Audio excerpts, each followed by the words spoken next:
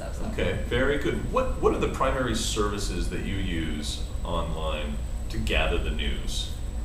Twitter definitely, especially locally, because I think we all know that Milwaukee's sort of just one big conversation it's a on hotbed Twitter. of Twitter. It is, and it's funny from where we were a year and a half ago to where we are now, but everyone in my newsroom is pretty much dependent on their Twitter feed, so they know what's going on, and if TweetDeck or Hootsuite isn't working that day, there's a little bit of frustration in the newsroom. Yeah. Exactly. So I think Twitter especially we use, and then any of the LinkedIn discussions and all that kind of stuff. I use blogs. I read blogs. I know our executive editor Steve Jagler uses blogs, and what blogs do you look at?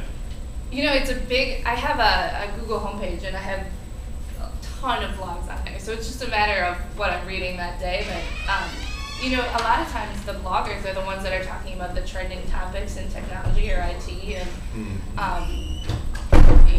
it may not be breaking news, because I don't think you go to blogs for sort of breaking news unless it's Mashable or something along those lines. But I think locally, the bloggers know what the community is saying, and so whether you're reading an IT blog or a technology blog or a mobile blog or something like that, you see the things that maybe turn into trend stories later on, or something we can cover for the print magazine, which is, okay, well, a lot of people are talking about, the iPhone 4 or something like that. Maybe we need to take a look at how businesses are using the iPad or something like that. So the bloggers are really the ones that are sort of on the cusp of the conversation, and I think if you're not following them or reading what they're saying, then maybe you're missing out on something. So exactly.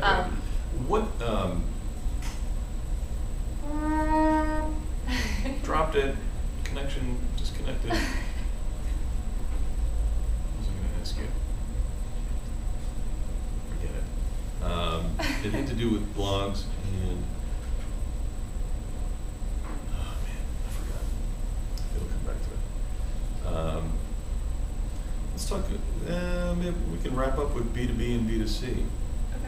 We do that. Sorry, I had a great question and I lost it. Okay. So as you're kind of looking through, you've got your Google homepage set up, your Google page. Yep. What do you see in as the differences between business to consumer versus business to business? And I know there's an argument out there about it's all business to person, that kind of thing.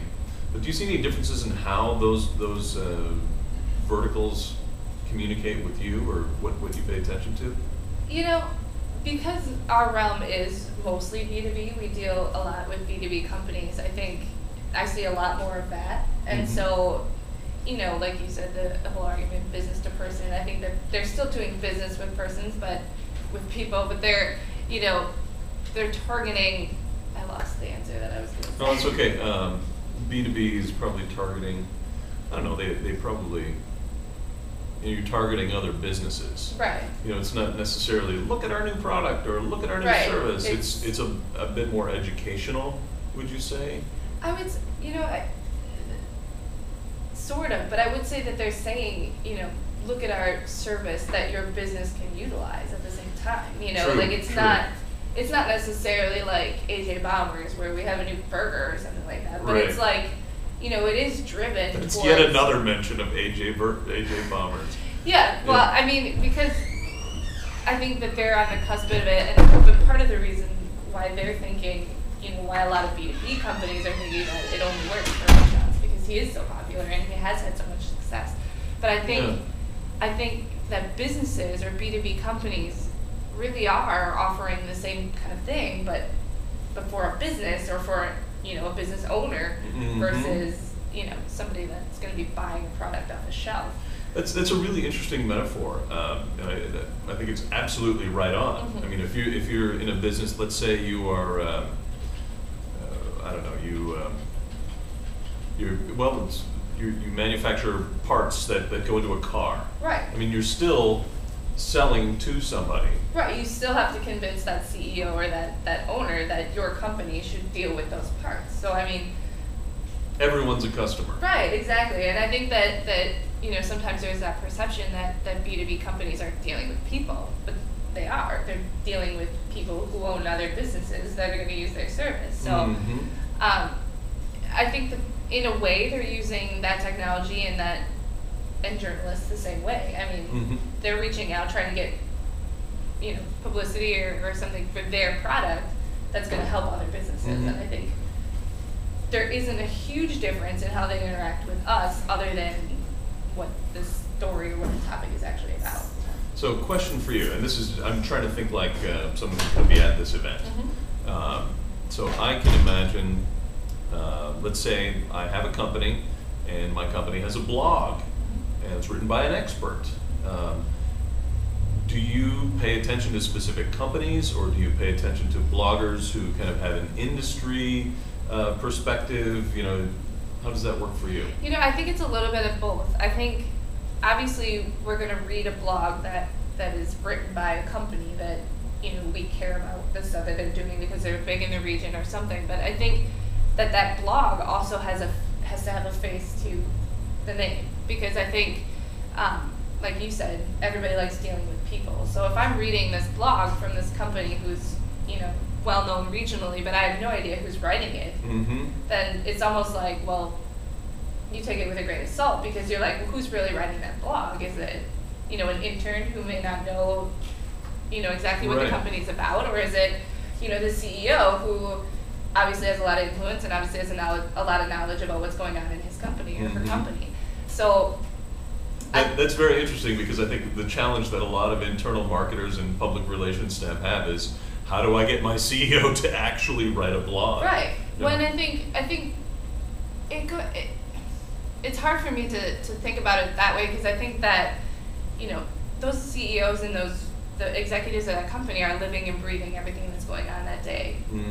Yes, they have a lot to do, but they're the ones that are going to or should be able to spit out that blog in 15 or 20 minutes, because it's something that they've, it's their company. They know exactly what it's about. Yeah, note to self. Yeah.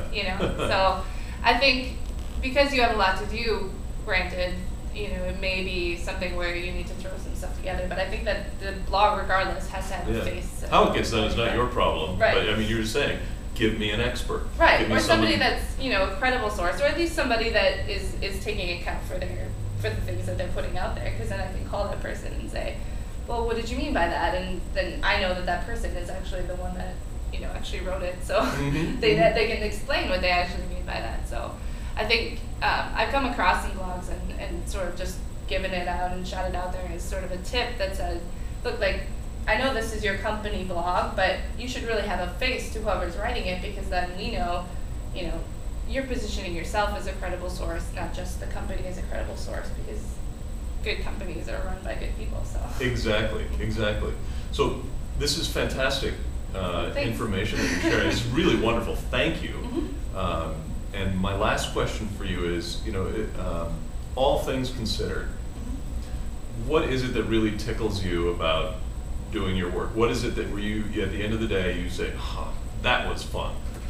Yeah, I think the variety and the people that I get to meet on a day-to-day basis is just incredible. And I think, you kind of, like you said, at the end of the day, you're just like, wow, like, I just got to meet, this many people and this many cool influencers in Milwaukee. And so I'm lucky to sort of be on the tip of all that and be able to communicate with a lot of different people about a lot of different subjects that I find interesting. So I think all of the above. So. Well, excellent. Thank you so much. Well, thank you. You have a regular column? You want to? I do. I write the innovation column every issue. So. In the Biz Times. In the Biz Times magazine. Which comes out weekly. Bi-weekly. And you also handle the Bubbler. The Bubbler and the nonprofit newsletter. Okay. So we should all look for those and read them diligently. Yes. Thank you so much, Alysha. Thank you very much. It was very nice being here.